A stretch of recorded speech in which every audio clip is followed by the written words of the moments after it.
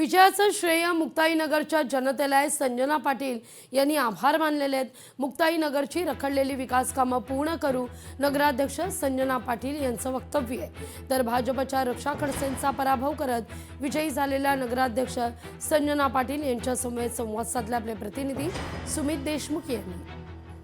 आपल्यासोबत संजना पाटील जुडलेले आपण थेट त्यांच्याशी संवाद साधूया. ताई, काय सांगणार, मुक्ताईनगरमध्ये तुम्ही या ठिकाणी नगराध्यक्ष पदावर विराजमान झालेले आहेत, याचं श्रेय नेमकं कोणाला देणार?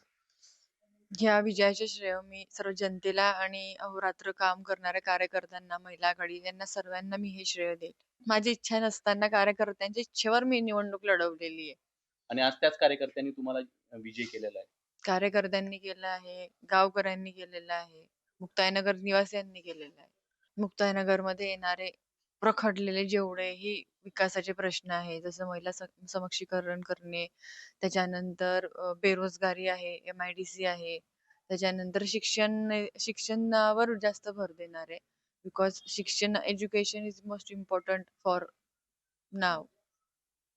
सो आम्ही शिक्षणावर जास्त भर देऊ. बिकॉज इंजिनिअरिंग कॉलेज नाही आहे, मेडिकल कॉलेजेस नाही आहे, त्या उभारण्याचा खूप प्रयत्न करू. जनतेने उभं केलेलं जबरदस्ती जनतानेच निवडून आणलंय.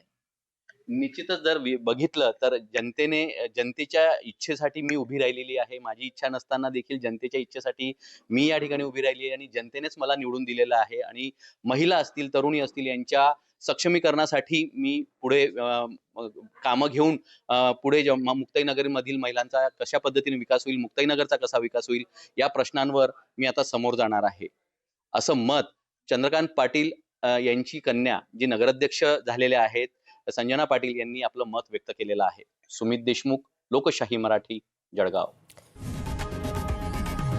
लोकशाही मराठी, ऐका, पहा, जागरूक रहा.